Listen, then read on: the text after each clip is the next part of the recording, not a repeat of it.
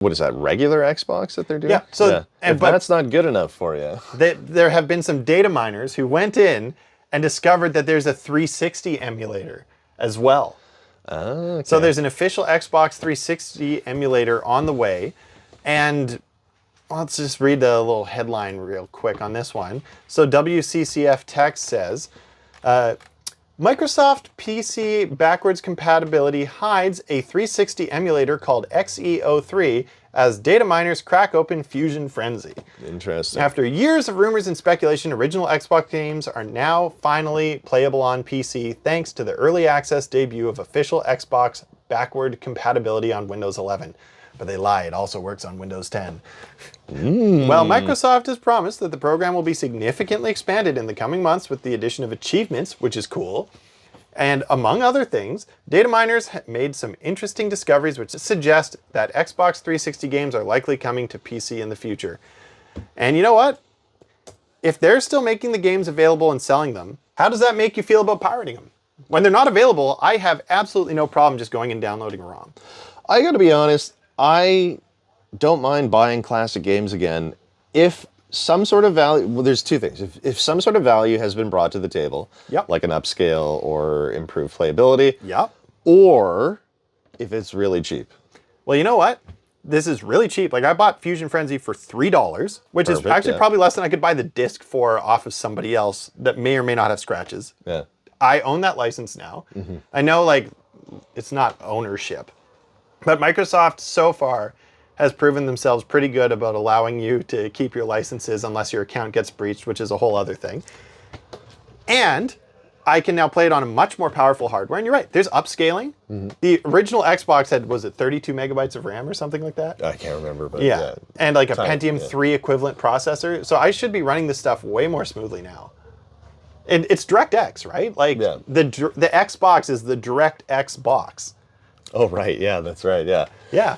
You know what? I think a big part of this, and maybe it's all for good intentions, but I think it's partially to offload some of the heat they're getting for going completely digital. I think if there is a place that is modern, that people can still play their old games on, they're hoping maybe they'll leave them alone. Well, Xbox you know? still has disk drives, I'm pretty sure, on the current Xbox series, don't they?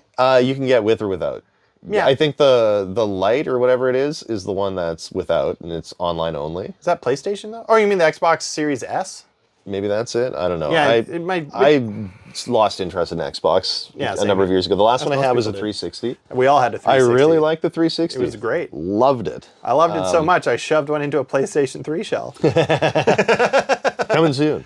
But the I think part of this is to offload part of that, because you can't, as a company, tell people like, oh, just go buy an old used console if you want to play the old disc, because people will be like, that's not what I'm asking. You have to have a modern place for it, and if you aren't making space for it, you know, in physical consoles, most people still have access to a computer. Most computers, granted, don't have a disk drive. You can buy a USB one off of the internet quite cheaply, but I think it's kind of a funny fix for something that maybe is just barely passing, because like, yeah, you can play it on a computer. Everyone's got a computer, but most computers don't have the hardware to play a disc anyway, and you're trying to do that with your console in the first place. So, you know, it's an interesting fix is all I'll say. And I love it. I think that if the companies don't make these things available, then it falls to the community for preservation. But if they're making it accessible on modern hardware, modern operating systems, they're essentially bringing this forward. I'm totally okay with them charging money for it. Don't expect me to necessarily buy a lot of them, but I'm going to try here and there. And when there's a sale, maybe I'll pick up some classic stuff. And I would actually really enjoy buying 360 games this way, because I already have a good gaming computer hooked up to my living room TV. I don't want to dig out a crusty old 360, deal with scratch discs, or in our case, we have a bunch that have bad disk drives. I'll be honest, you know, the Nintendo Switch, I think, has done it right. The fact that they let you transfer to the new system, I think they've done it right. I know people are still like, there's a lot of people out there who are vehemently against digital-only stuff. I'm okay with it because of the convenience factor, and I'm not super invested in the games that I have. But like, I bought the Pokemon Leaf Green release when they re-released it on Switch for like $16. It was more than I'd wanted it to be, but at the end of the day, I played it all the way through and loved every minute of it. And I was happy to do it because I didn't want to go out and buy a classic handheld. They're now getting more expensive. And like, the Pokemon the Leaf Green games are getting expensive. The actual physical cartridge is going to cost you more than $16. Yeah, and those cartridges may have bad batteries in them, and you can't save your files. So then you got to open it up and repair it, or get someone else to do that. Or there's a lot of counterfeit cartridges being made right now. Yeah, and so then you end up with a bad egg in your party, which is what happened when I thought I'd bought a legitimate copy for my first girlfriend when we played through all these. Yeah. Oh, wow. And we didn't know what a bad egg was. And we looked it up, and it came from Piracy. And so if you play on a ROM, there's also a possibility that that same anti-piracy protection will kick in. That bad egg. You know what? Don't get me wrong, I've downloaded plenty of ROMs in my day. Yeah.